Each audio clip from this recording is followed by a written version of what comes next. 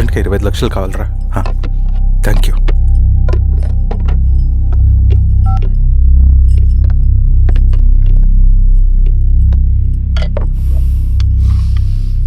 చాలు.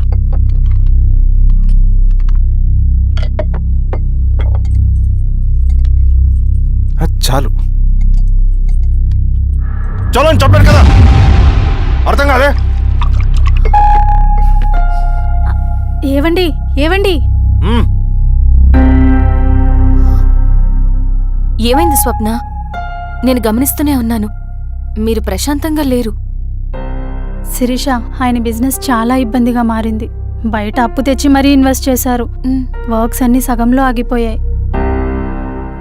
కాంట్రాక్టర్స్కి బాగానే మిగులుతాయి కదా. ఆయన ఏదీ క్లియర్గా చెప్పరు. నేను మాట్లాడినా డబ్బులైతే నేను హెల్ప్ చేస్తాను.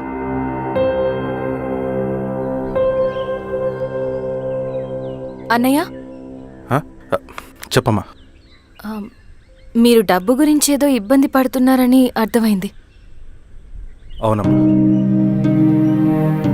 ఈ ఏజెన్సీ కాంట్రాక్టర్ బతికే ఇంత ఏది సాఫీగా ఉండదు. అన్ని వైపుల నుంచి అడ్డంకులే.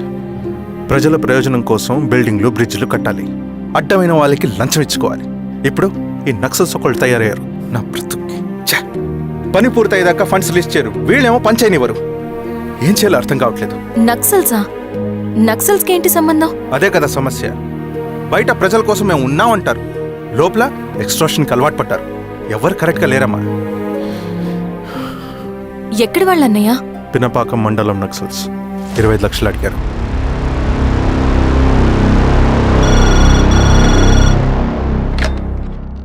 హలో ధర్మ, ఆ సింగన్న దళం గురించి నీకు ముఖ్యమైన విషయం చెప్పాలి.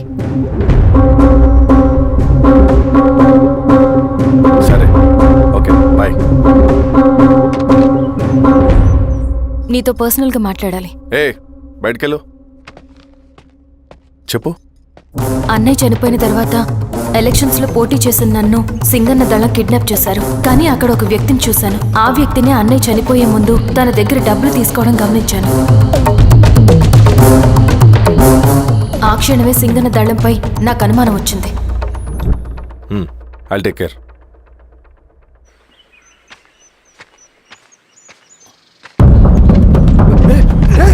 భయపడదు, మీ చంద్రుడు మనుషులు. నన్నేం చేయకండి. కూర్చోబెట్టండి. మీకు కావాల్సింది దీంట్లో ఉంది.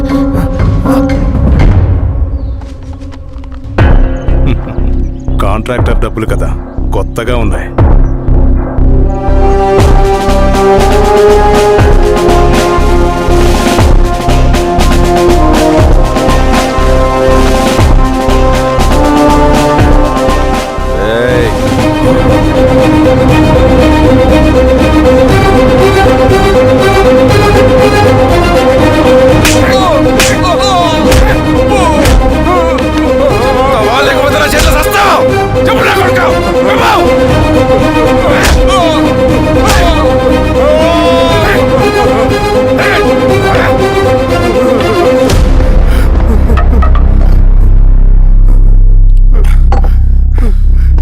వీళ్ళ అన్న మీదున్న ప్రేమ అభిమానం ముందు మన పోలీస్ లాఠీలు ఓడిపోయాయి. చంద్రన్ ఎన్కౌంటర్ ఎలాగూ పోతాడు. కానీ విచిత్రం ఏంటంటే వాడి భార్య నర్సమ్మ, కూతురు మమత, కొడుకు నరేష్ మరో ఎన్కౌంటర్లో పోవడం చాలా బ్యాడ్ న్యూస్. చెప్పు శిరీష, ఏం చేయమంటావు? నువ్వు ఒక డెసిషన్ తీసుకున్న తర్వాత ఎవరి మాట వినవు కదా. హే దాస్ సార్, రేపు మార్నింగ్ న్యూస్ పేపర్ వద్దని చెప్పు. సరే సార్. తెలిసిన విషయం మళ్ళీ మళ్ళీ చదవాలంటే చాలా బోరింగ్. నేను చెప్తాను సార్, జరిగింది మొత్తం నేను చెప్తాను సార్. సింగన్న దగ్గర నేను 20 సంవత్సరాల నుంచి పనిచేస్తున్నారు సార్. పేదవాళ్ళ కోసం అన్న చేస్తున్న ఉద్యమంలో మేమందరం చాలా కష్టపడి పనిచేసేవాళ్ళం. కానీ ఒకరోజు నేను చెప్పినంత చెప్పి ఈశ్వర్రెడ్డి దగ్గర 10 లక్షలు తీసుకురండి. దేనికన్నా ఇదంతా? దేనికేంటి? మొన్న ఆ కాంట్రాక్టర్ దగ్గర నుంచి, నిన్న బిల్డర్ దగ్గర నుంచి, ఈరోజు ఈశ్వర్రెడ్డి దగ్గర నుంచి. అధికారం కోసం. డబ్బు ఉంటే అధికారం వస్తుంది, అధికారం ఉంటే డబ్బు వస్తుంది. నాకు రెండూ కావాలి. హిట్లర్ పెయింటర్ అవుదామని అకాడమీలో జాయిన్ అవ్వాలనుకున్నాడు. కానీ పనికిరాడని చెప్పి రిజెక్ట్ చేశారు. హిట్లర్ ఏం చేశాడు? నాజీ పార్టీ పెట్టి జూస్కి అగేన్స్ట్గా అందరినీ కూడగట్టి ప్రపంచాన్ని ఉనికిచ్చాడు. మొహమ్మద్ అలీ జిన్నా నేషనల్ కాంగ్రెస్ పార్టీలో ఎదగాలనుకున్నాడు, ఎప్పుడూ పట్టించుకోలేదు. ముస్లిం లీగ్ పార్టీ పెట్టి ఇండియాని రెండుగా చీల్చేశాడు. పాకిస్తాన్కి ప్రధానమంత్రి అయ్యాడు. ప్రపంచంలో ఎక్కడైనా సరే 2 కులాలు, 2 మతాలు, 2 ప్రాంతాల మధ్య చిచ్చు పెడితే చాలు, అధికారం వెతుకుంటూ మన కాళ్ళ దగ్గరకు వస్తుంది. జమ్మూ అండ్ కాశ్మీర్ నుంచి మహారాష్ట్ర, గుజరాత్ ఎక్కడైనా సరే, ఎవరైనా సరే ఇదే గేమ్. నేను అంతే, ఒక మామూలు కార్యకర్తగా దళంలో చేరాను నేను. కానీ ఈరోజు న్యూస్ పేపర్లు అయినా సరే, జనాల్లో అయినా సరే, ఎక్కడైనా సరే ఒకే పేరు, Singanna, Singanna, Singanna. And I love that. Naxals కొంటే ఈ అడవినే శాసిస్తాం, రాజకీయాల్లోకి వస్తే రాష్ట్రాన్ని శాసిస్తాం. చంద్ర, మన చదువులకి, మన తెలివితేటలకి ఈ అడవిలోనే మగ్గిపోవాలా? నువ్వే ఆలోచించుకో. ఆ మాటలు విన్న నేను ఆలోచనలో పడ్డాను. తన స్వార్థం కోసం ఉద్యమమును పెడదారి పట్టిస్తున్నాడని అప్పుడే అర్థమైంది. కానీ నాకు వేరే దారి లేదు. సింగన్న ఆదేశం ప్రకారం మేము వెంటనే వెళ్ళి ఈశ్వర్ రెడ్డిని కలిశాం. సింగన్న పార్టీ ఫండ్ కోసం 10 లక్షలు ఇమ్మన్నారు. ఆ డబ్బులు ఇస్తే రైతు కూలీ సమస్య ఉండదని చెప్పమన్నారు. అంత డబ్బా నేనెందుకు ఇవ్వాలి? నువ్వు గెలుస్తావనే భ్రమలో ఉన్నావు. ప్రజలంతా అమాయకులు కాదు రెడ్డి. ఈ ఊళ్ళో ఏం జరుగుతుందో నువ్వు మాకు చెప్పక్కర్లేదు. మీకు పార్టీ ఫండ్ ఇస్తే మాత్రం నేను గెలుస్తానని గ్యారంటీ ఏంటి? తప్పకుండా గెలుస్తావు. ఆలోచించుకో, తెలివైన వాడివి.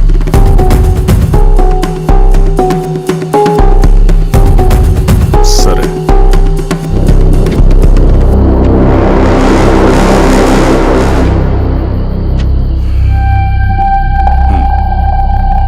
కానీ నాదో కండిషన్. నేను సింగన్ని పర్సనల్గా కలవాలి. చూస్తా. కానీ ఒక విషయం, ఈ మ్యాటర్ బయటికి రాకూడదు. జాగ్రత్త. సింగన్న స్ట్రాటజీ ప్రకారం మాకు ఈశ్వర్ రెడ్డి దగ్గర నుంచి డబ్బులు వచ్చాయి. అప్పుడు నరసింహుల్ని పిలిపించి, నువ్వు ఎలక్షన్ నుంచి విత్డ్రా అవ్వాలి నరసింహులు.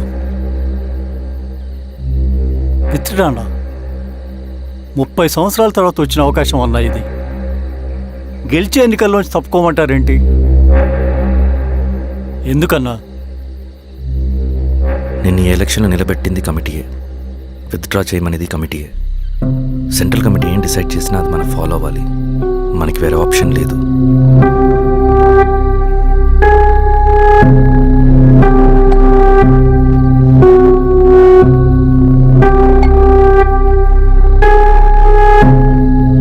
నన్ను నమ్ముకుని చాలామంది ఉన్నారన్నా. మీరొద్దన్నా సరే, నేను ఇండిపెండెంట్గా పోటీ చేస్తా. నీ పట్టుదల నాకు అర్థమైంది నరసింహులు. సెంట్రల్ కమిటీతో మరొకసారి నేను మాట్లాడతాను. కొంచెం వెయిట్. తొందరపడద్దు. లాల్ సలాం. లాల్ సలాం. తన మాటకి ఎదురు చెప్పిన నరసింహుల్ని క్రూరంగా హత్య చేయించి ఆ హత్యను ఈశ్వర్ రెడ్డి చేయించాడని అందరినీ నమ్మించి ఆ తర్వాత ఈశ్వర్ రెడ్డిని కూడా. ఏంటి ఈశ్వర్ రెడ్డి గారు, కలుద్దామనుకున్నాం కానీ ఇలా కలుస్తామనుకోలేదు. ఏంటంత కోపం? ప్రజానాయకుడు నరసింహులు చంపినందుకు నీకు మరణదండనే. ఇంతకీ నన్ను ఎందుకు కలుద్దామనుకున్నావు? నర్సన్ చావుకి నాకు ఏ సంబంధం లేదు. నిన్ను కలిసి ఊరు సమస్యలు, ప్రజా సమస్యలు పరిష్కరించు. అడవికి సింహం రాజు, అడవైనా ఊరైనా ఈ సింగన్నే రాజు.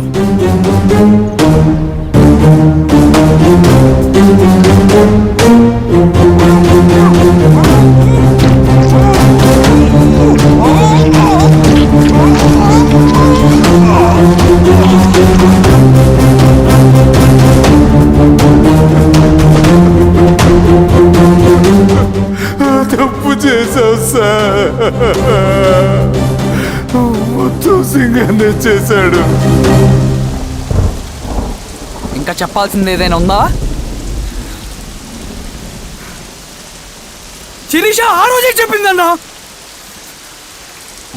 ఇన్నాళ్ళ పోరాటంలో ఏం జరిగిందన్నా? ఏమీ లేదు.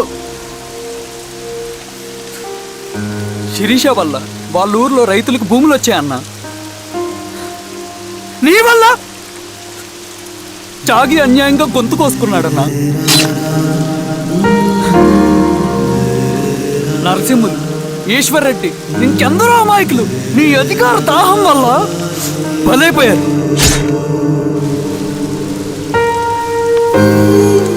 వీరస్వామి, పల్లెనప్పన్, ఇంకెంతో మంది పోలీసులు నీ కుట్రలో కాలిపోయారన్నా. ఏంటన్నా, నీ వెనుకున్న పాపానికి మన దళ సభ్యులు ఎంతో మంది అమాయకులు చచ్చిపోయారు.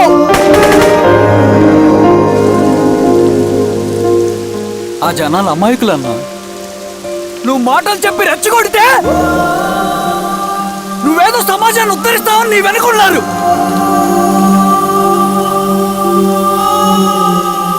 వాళ్ళకి కావాల్సింది కరప్షన్ లేని సమాజం. అది ఊరైనా అడివైనా.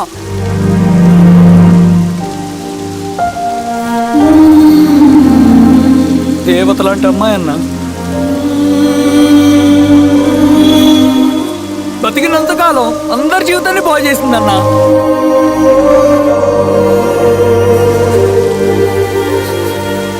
నా చేతులతో చంపించావు, నన్ను మనిషిని కాకుండా చేశావు. ఈ జెండా అడ్డు పెట్టుకుని చేస్తున్న దురాఘాతాలు, ఈ సిద్ధాంతపు ముసుగులో జరుగుతున్న హింస, దోపిడీ, మోసం అన్నీ ఆగాలి, ఆగిపోవాలి.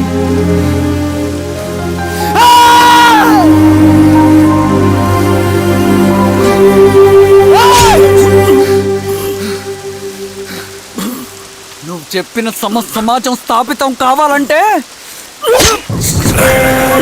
నువ్వు సమాధి కావాలి.